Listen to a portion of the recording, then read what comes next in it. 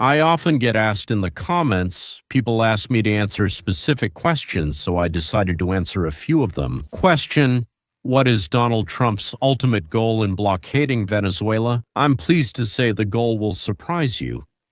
Question: will Donald Trump stop aid to Ukraine, or is he just bluffing? Answer: of course he's bluffing, but if Ukraine doesn't do what Donald Trump wants or thinks is necessary, then J.D. Vance answered this question on Sunday, and the answer actually requires a quick, immediate response from Ukraine. I'll talk about the question a little later. The question is why, as Trump said, medicines will become cheaper. And that's actually where we'll start now, and then we'll answer the other questions. And even more, because I mentioned 3, but I will have one more topic. So why will medicines become 85% cheaper? American firms, that is, pharmaceutical companies, spend billions on testing, development, and then obtaining a license to introduce new medicines. It's a very long, very complicated, and very expensive process. The medicine itself might later cost, say, $10 a month, but to recoup the research costs, someone has to pay for it. For decades, buyers in the United States were charged the price of the medicine plus reimbursement of the initial costs, while buyers around the world only paid for the medicine itself. Why? Because of that, what I told you about was happening. A medicine costs $150 per month in the United States, for example, while in England it's $10, or $20 in the United States, it's $20 zero, and in Israel it's $17.30. I bought it myself, not to mention Uganda, Macedonia, Mexico, and so on. I don't know where it's even cheaper because there you can only earn half a cent. Americans got tired of this, and Trump demanded that American pharmaceutical companies charge Americans no more than they charge in other regions, let's say developed countries. We understand that in Uganda they probably don't even package them much, and just transport them in barrels and wrap them up in some kind of wafer, so to speak. That's why all of this is cheaper. No, well, in places that are considered industrial countries, where it's a developed country, there you go, sell to us at a price no higher than the lowest price there. But the expenses for development, research, and implementation need to be justified. And that's why, all over the world, medicines will now cost the same amount, the same as they do here, as they do there. Is that fair? Of course, that's how it should be, but what will happen? For example, instead of $1.10 in France, the medicine will now cost $20. For them, that's a twofold increase. And for us, instead of $140, it's also $20, which means a sevenfold decrease in cost. Is that fair? Yes, it's fair, right? Will people in Europe, Asia, or the Middle East feel upset because of this increase? Of course they'll feel upset. They'll say, can American colonizers, capitalists, and imperialists actually achieve anything? No, they won't be able to. Or rather, they will. They'll be able to hate us even more. Like, they kept giving and giving, and then they took it away. We already got used to it being that way, and now you're taking it from us. Well then, now on to the next question. Why does America need this? Greenland?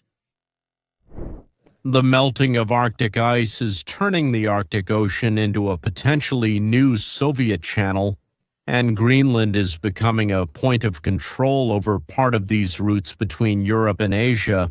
It's important for the United States to prevent adversaries, who today are China and Russia, from being able to dominate in Arctic logistics chains and infrastructure such as ports, cables, and airfields around Greenland.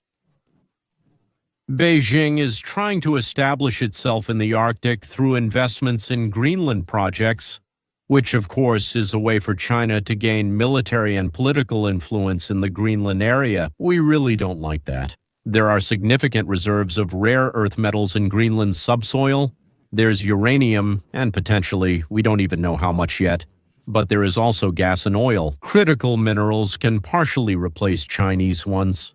And besides that, there's Greenland. Well, it fits into the concept of the Northern Defense Arc of the United States of America. Alaska, Greenland, Norway, protected from submarine and air attacks by the United States of America. If all this is organized, it will really help us establish such a security zone.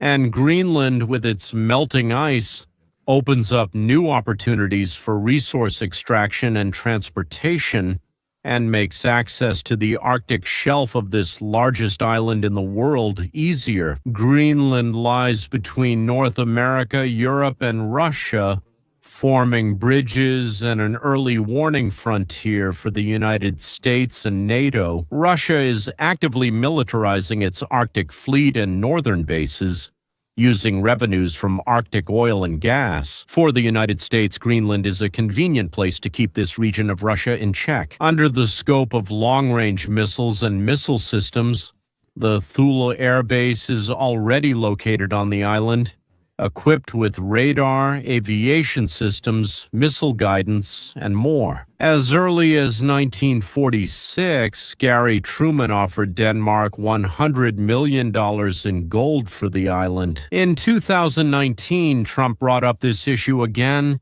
threatening to take Greenland if it wasn't given up willingly. Trump has just appointed the governor of Louisiana as a special envoy to Greenland. It seems to be because of the similarity to the situation when the United States once bought Louisiana from Napoleon. And in 1803, for the sum of $15 million, which means about $400 million in our 1925 currency. But since that's actually not much, it's not a very large amount. Moreover, the acquired territory at that time practically doubled the area of the United States on the map of North America. The United States can buy this island if it's for sale, can transfer all or part of it, or can expand existing joint defense agreements. Theoretically, it could be seized, but no one expects the United States to take a NATO partner's territory. Denmark owns it. Well, it belongs there, but they have the right to separate if they really need to, in general, and so on, and so on. Most likely, the island has around 60,000 residents, maybe a bit fewer. Even if the Americans start tempting them with money, the Chinese are already doing this, and maybe even offering them a share of the profits. The only thing is, China is far away and we're close. That's why we use the dollar. So the Yellow Devil also carries a small club. So maybe they'll be offered some share of the profits. I don't know. Jeff Landy is the current governor of Louisiana. He was once a police officer, then served in the Army, then graduated from law school, was the state's attorney general, and after that became the 57th governor of Louisiana. I don't know what kind of diplomat he is, but as a lawyer and a businessman, he's clearly pro-Trump and understands the goals of the United States and the United States' objectives in this region very well. I think he was appointed to scout things out. What will the residents of Greenland take the bait for? What would they want in order to hand over power on the island, or however you want to put it? It gives America the right to control what happens on the island. By taking it from Denmark, they have that right. Greenland, according to the constitution signed by Denmark, has the right to secede, so to speak, if they want to. And here's another frequently asked question. Bad news for Ukraine. United States Vice President J. Divins, in a report at the closing of the Turning Point United States A conference, stated that the Trump administration has decided to help American retirees, including by canceling the Social Security tax. Because right now, listen, we believe that we should honor our parents, not send all their wealth to Ukraine. But of course, he exaggerated. Yes, but there's a grain of truth here. In previous speeches, he had already developed this idea.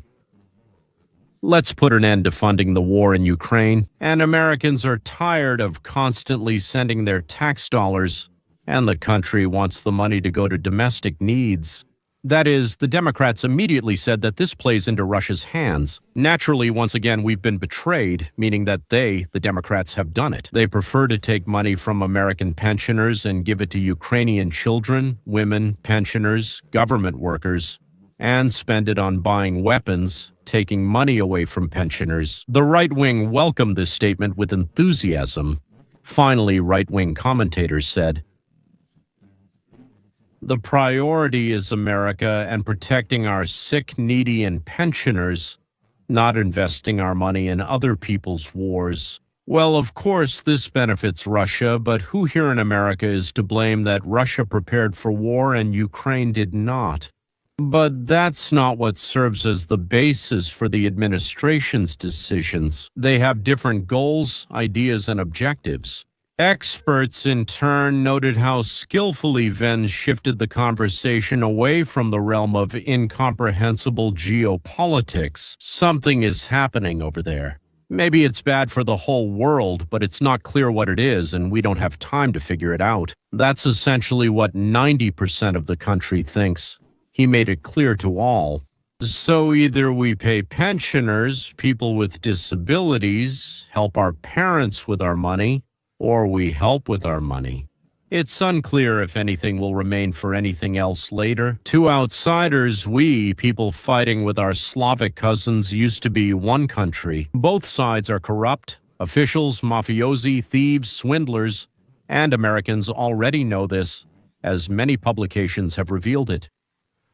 So draw your own conclusions. So should your money go to your parents or to these bastards who hate us? And once again, they didn't say a single kind word about us. And no matter what we do, they'll never say a single kind word. Never, of course. And the Democrats called Vence's rhetoric in the media inhumane.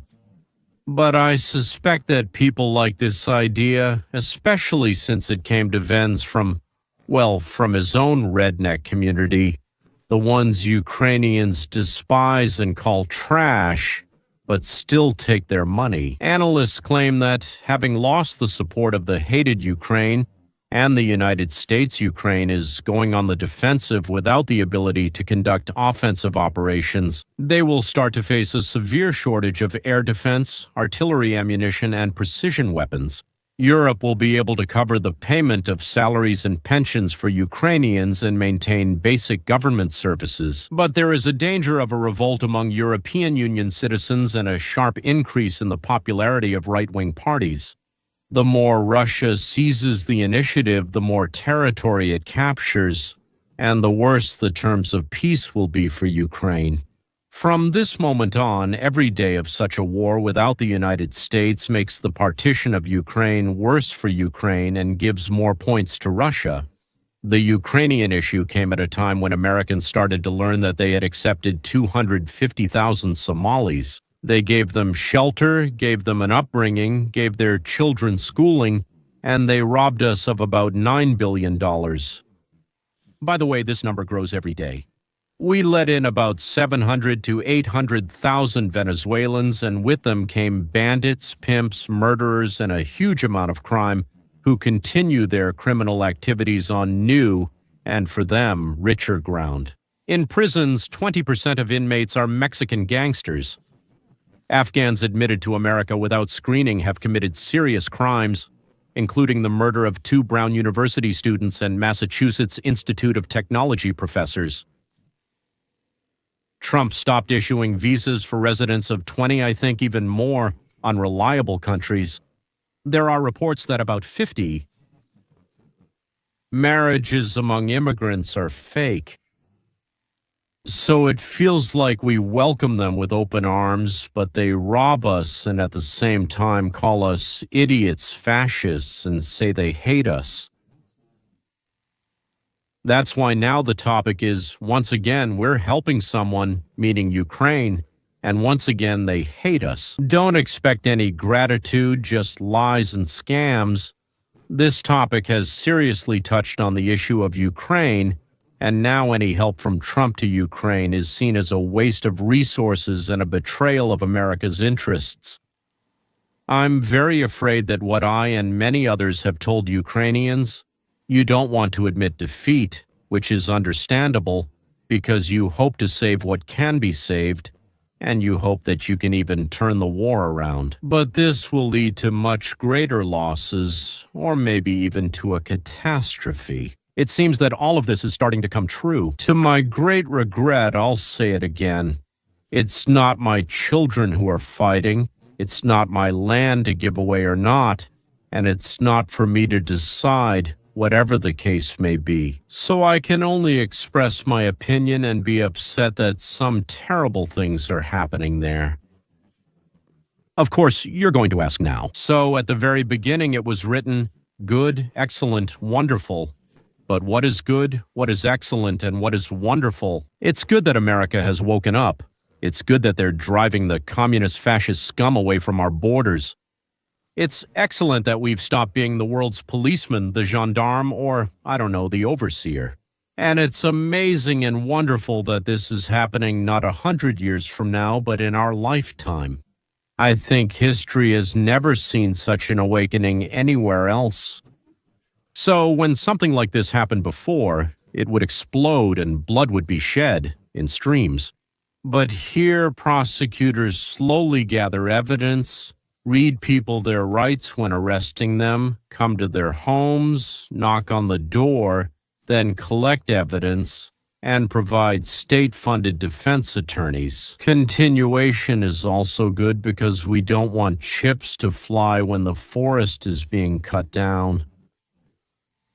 Let me repeat it again, editor, good, excellent, wonderful.